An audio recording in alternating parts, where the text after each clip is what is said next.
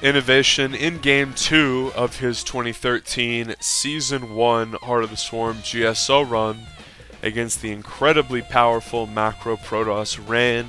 And what makes this run so exceptionally exciting is we see Innovation there. He's going to face off against one legend after the other.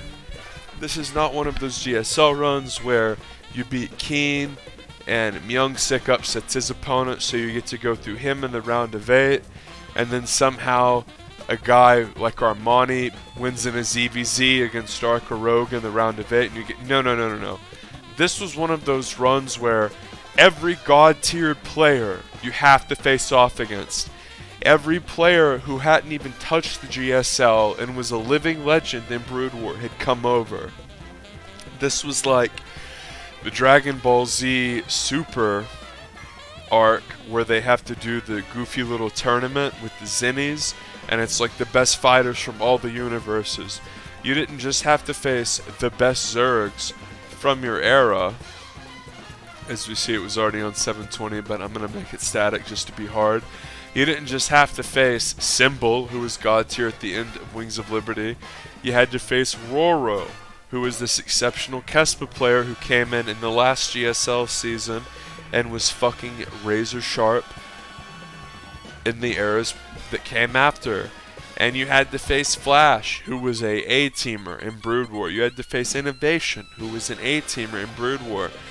Ran these legends, and there were even exceptionally powerful god-tier players who couldn't even make it in to GSL.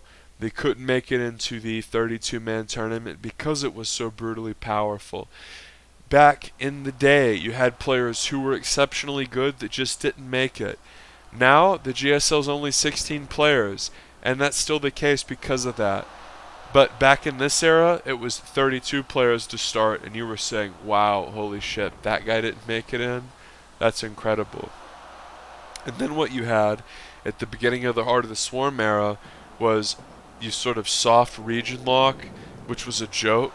So all of the aging players who couldn't cut it in GSL, as well as the B-tier players, went over to America and to Europe.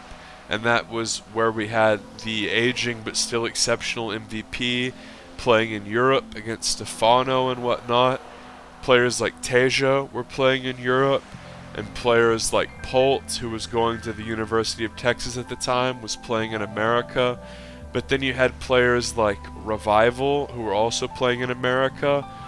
And I remember watching a show, a State of the Game type show, as Innovation's going for standard bio expand and looking around with the Reaper here. I remember watching one of these State of the Game type shows as Innovation scouts another gate, where the great Greg Idrefield sort of said as he heard this news of the WCS bracket that was taking over the former just open circuit, as we see a Blink build here from Rain, who like any S-class god level champion, even as a pure macro player, will mix in cheese. And I remember Idris saying, well, there's no way they would institute this without a hard region lock, there's no point. And fucking 5 months later they did just that. They did this shitty League of Legends tier ripoff where they tried to say, alright, well, we're going to sort of fuck up the open circuit and do this WCS, but we're going to region lock it and make it where it's not a hard region lock, it's a soft region lock, which didn't mean anything. It meant that really next to nothing. As long as the Korean players could show up to the lands, it would be okay. You saw some of them like move to Europe, or people like Polt like go to school in the area where they were, but it got to a point where you had WCS USA, and it was like watching Code A meets fucking WCG USA 2006. Like QXC, Neeb when he played Protoss, and Puck when she still went by Puck, you know, way back when, just getting fucking smashed by the likes of Revival and Polt and these very talented Koreans that were just exceptionally talented and always were, but might have only made it to round of 8 in GSL, or you know, even round of 4. People like to exaggerate and just act like it was the foreigners are so bad as innovation gets pressed here, as we see a classic blink strategy as a tank is going to get focused here, and innovation is in some trouble as the time warp goes down. We saw Parting popularize this in Legacy of the Void, where he would make an OBS and do a blink build, but this was a very powerful Heart of the Swarm era cheese where players would go blink and then rush out a mothership core and just hover it above the little massive area of a main base, and we saw map makers really change the way that maps are laid out and make this area smaller, but innovation's already sort of given up his natural and he's fallen back to this bunker. He does have a tank out, and really the key here is the tank. You want to have enough tanks where anytime they push up to do damage, they're really vulnerable to taking hull damage, not just shield damage. And the one Viking is useful because you want to snipe the mothership core, because Rain really relies on high ground vision here as innovation, microing perfectly, defending the tanks perfectly, and Rain's cheese I think is really stalled out here as he is going to try to take a natural. Remember, innovation's natural is already finished, he just has to land them, whereas Rain has to wait for his to finish. Rain really wants to poke and prod in here and just get lucky and like snipe in or blink in and kill 2 tanks, but it's not going to happen against Inno. He has all of his Marines right there, and to me this is just such a riveting time in StarCraft 2 history because you had all of the God tier players finally playing one game. This was really the only time in 2 years where the player base wasn't fractured, because by like 2015, 2016, a lot of the Brood War gods who hadn't won multiple SC2 tournaments were like, I'd rather go back to Brood War where I'm the best ever. But back in this time, you had Flash, you had Ran, all of the God tier players were playing StarCraft 2. So this is part of what makes this one of the most exciting eras. This is also back when you had a shitload of lands and StarCraft was still one of the top 2 highest viewed games on Twitch TV. But unfortunately, Blizzard really shot themselves in the foot with the WCS model, and Artosis once described this period as the time where basically Blizzard was trying to kill the game, because you had GSL, which was thriving and everybody liked, and Blizzard stepped in and said, okay, well, we're going to do this actually and throw all this money at the foreign scene but not actually restrict it. So it splintered the player base of the Korean scene really badly, and even there was a huge influx of God tier Brood War A-teamers coming in.